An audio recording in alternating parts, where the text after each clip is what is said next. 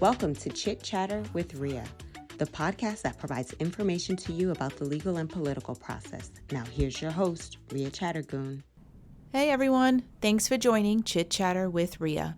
I know I have a welcome episode, but for those of you who didn't listen to that episode, shame on you. My name is Rhea Chattergoon. I'm a lawyer in South Florida and the managing partner of the RC Law Group. We specialize in employment and personal injury law, though that employment law spiel is going to change soon, and I'll talk about why in later episodes of this podcast. I'm married. I have a son named Liam. I also have a furry child named Bailey, who is an 11-year-old golden doodle and the best dog that ever lived. I'm also an immigrant to this country, having moved here from the little but fabulous island of Trinidad and Tobago when I was very little. So a lot of my worldviews come from being an immigrant to this country, having the opportunity to live the American dream, and also experience life in another country and experience different cultures.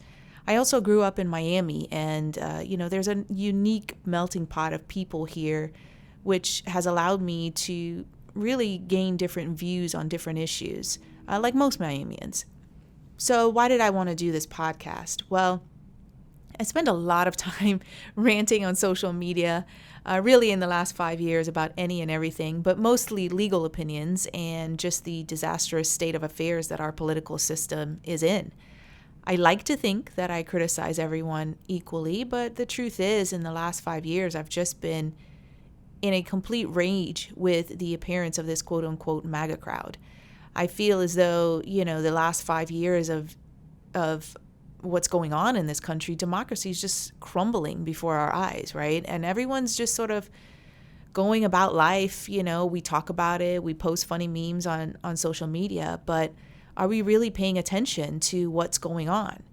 I'm not sure if it's just a matter of me getting older, but I just don't like, I don't understand how anyone can say, I'm not into politics, or I don't care about the Supreme Court decision, it's not affecting my life, when it actually does. It affects your everyday life, whether you care to admit it or not. So during the election cycle, when folks were posting things like, it doesn't matter who wins or who loses, I just wanted to scream. This isn't a football game. It's not a basketball game. It's people's lives. It's the bodily autonomy of women. It's rights and freedoms literally at stake. And the ignorance of that statement is so enraging for me because, like most of you, I've had ancestors who fought for those rights and freedoms and, including the right to vote. So I'm just no longer at the agree to disagree stage. At this point, 5 years later, it just isn't a matter of politics or preference for me. Some people are just so fundamentally disconnected on what is morally acceptable or just what's right and wrong. We've seen an increase in racism and, just a lot of discrimination in the last 5 years. And so I just don't have a lot of patience for that. I hesitated for months on starting this podcast because I know what comes with the territory on publicly speaking your mind. And up until now, I've done so privately, with people who are my friends. But here's the thing. We can no longer allow these un-American views, and yes, I said un-American views, things like suppressing votes, gerrymandering, banning books, banning women from making their own healthcare decisions. Those things are un-American, and we have to change the narrative. We have to stop letting our core values as a nation get buried under just all of the noise that you hear, that are really just for sound bites and media clips with our politicians and even our journalists, especially our news station. So let's get into it. There's so much I wanted to discuss, but, one of the main reasons I wanted to start this podcast was to talk about voting and why it's important for everyone who is eligible to vote. We already went through our Florida primaries. The deadline to register to vote was October 11th. The deadline to vote by mail is October 29th. The deadline for early voting is October 24th through November 6th from 7 a.m. to 7 p.m. Each county has a supervisor of election. The majority of them have a website. You can go on those websites. You can find out the details for your county. You can request your vote by mail. There really isn't any excuse not to vote. You can, like I said, vote by mail. You can do early voting, and then you have the day of the election. I never recommend people wait until the day of election. I'll be honest with you. I like voting on election day, but I don't go to a precinct that is packed. I have the time and the availability to go on election day. You may not. So plan accordingly.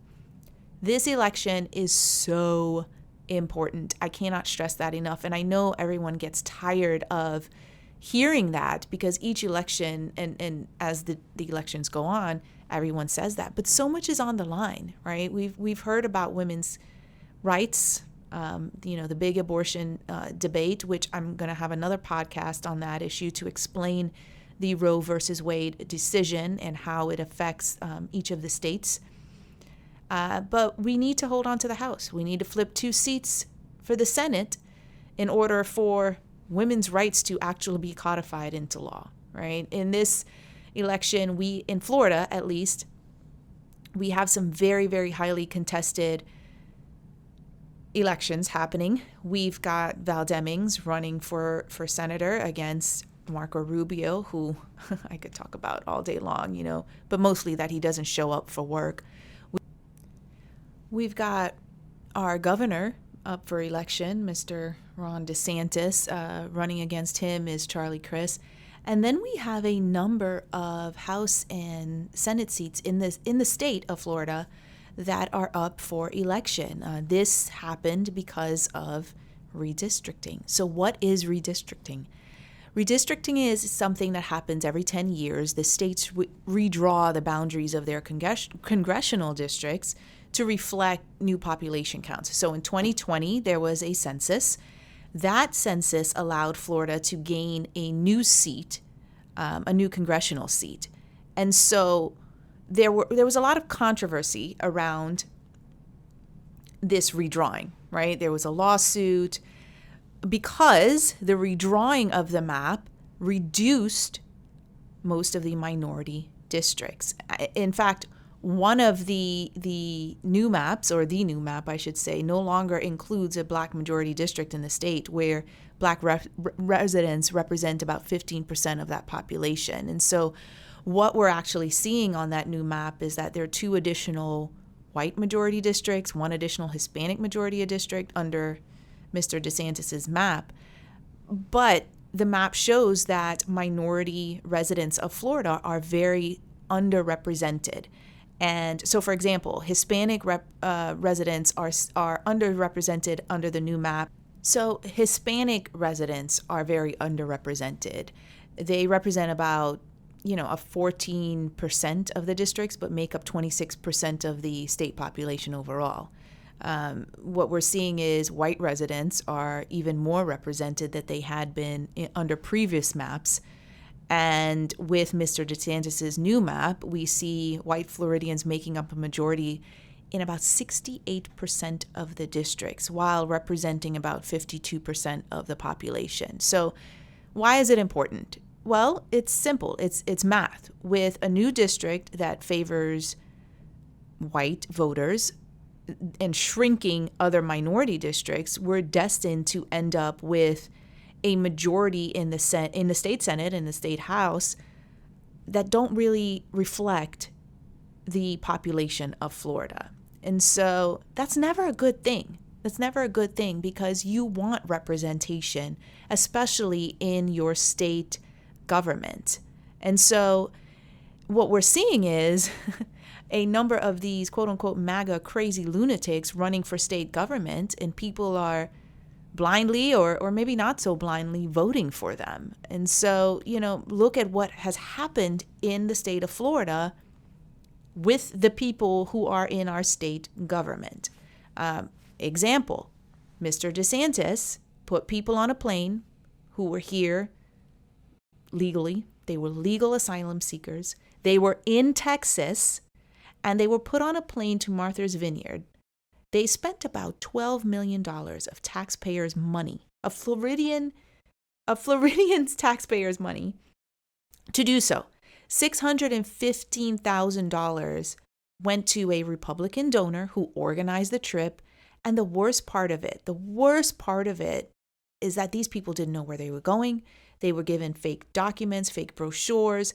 There's actually some discussion that there were some Homeland Security officers assisting in the fraud of sending these people. It's just inhumane. Today, the news broke that the federal government is now opening an investigation into whether Mr. DeSantis used federal funding for that trip. The individuals have also filed a class action lawsuit. That lawsuit is assigned to a federal judge in Massachusetts. We'll see what happens with that. But again, that's another tax bill and another bill, I should say, that Floridians are going to have to foot. And so it's important. It's important that you choose leaders who will not waste your tax dollars, who will actually work for the benefit of Floridians or whichever state you're voting in. Ron DeSantis is up for re-election this year. It's actually polling to be a very close race because you have people who, despite the anti-Semitic comments that he's agreeing with or actually not speaking against, despite the racist remarks he's made or ideology he's promoted, despite banning books, despite signing into law a 15-week abortion ban, which, again, we'll talk about that. He's acting like a dictator, and yet the people who vote for him, I should say, just let it kind of just run off their shoulders, And why? I will tell you, Ron DeSantis is scary. He's scary because he's smarter than Agent Orange. We know Agent Orange is, and I hope you know who I'm referring to by Agent Orange. We know he's a buffoon, right? We know this. The man literally said he could just declassify documents by thinking about it. But the fact that anyone listens to him is beyond me. But where DeSantis is different, he's more poised. He's Ivy League educated, despite him criticizing quote unquote Northeast Ivy Leaguers where he was actually educated. He knows exactly what he's doing, and he knows which sect of the population he needs to pander to, and he's doing it. And you know what? Those people, they show up to vote. They don't miss a voting day. They don't miss early voting. They don't fail to register to vote. They go and they vote. When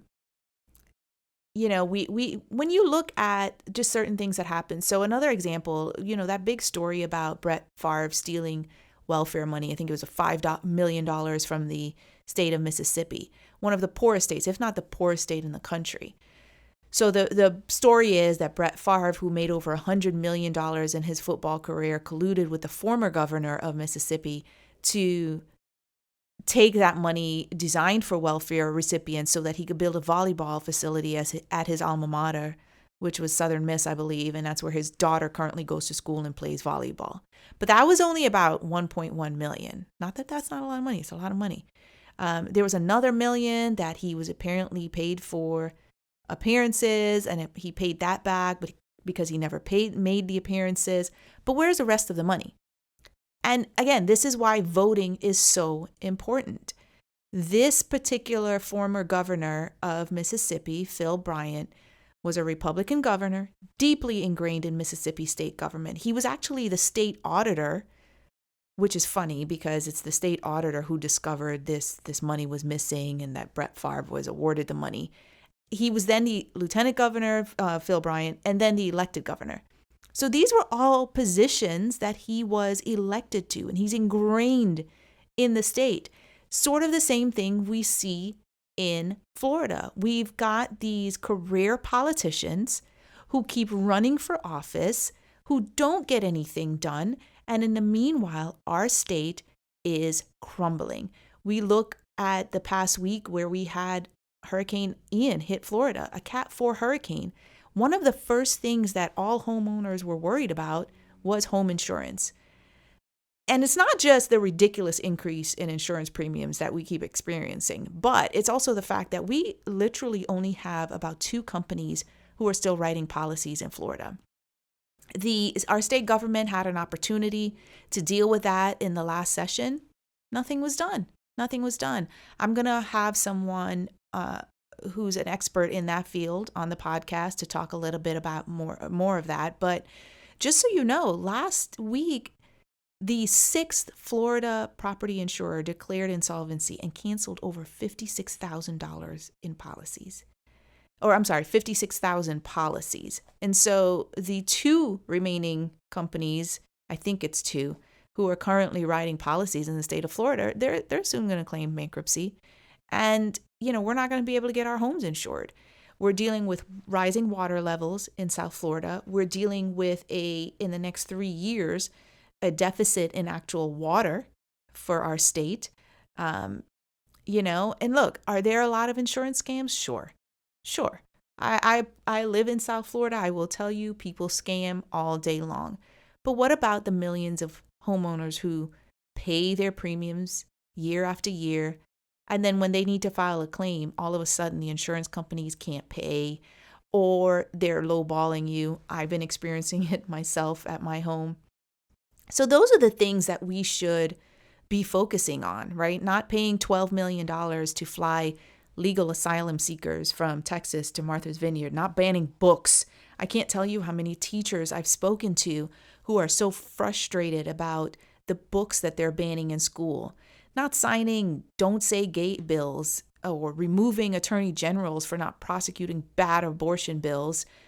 But this is what happens when you vote for someone because either they're just Republican or they're Democrat, and you're not really looking at how they're answering questions. You're not looking at their policies. We don't even discuss policies anymore. It's just sound bites everywhere. So voting in local and state and national elections are important. If it weren't so important, guys, then there wouldn't be such a push for one side to suppress your vote. There wouldn't be these gerrymandering efforts.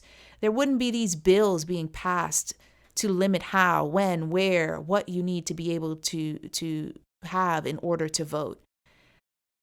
And so one of the things I talk about is how being a registered voter gets you on juries. And I'll talk about that in my next episode on how you get picked for a jury and why it's important. But for right now, I want to end this episode on voting. Please, please, please make sure you go vote. Make a plan to vote. It is important. Make sure you have a valid ID to bring with you. Make sure you schedule your childcare, or if it's transportation, there are a lot of counties and organizations who are providing transportation to the polls. And if you have an issue with transportation, go on your county website and request a vote by mail. You can mail it in. You can drop it off at an early voting precinct. You can take it directly to the supervisor of elections. There are options. The goal here is not for them to reinvent the game. The goal here is for us to use the game and still get what we want. And on that note, I'll end this podcast. I hope you join me for the next episode, where I am going to talk to someone who is running for judge in Broward County, and she has a lot of good information to give to you. I hope you hit that subscribe button. Thank you.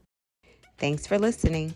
If you enjoyed the show, please rate and recommend wherever you get your podcasts and tell a friend.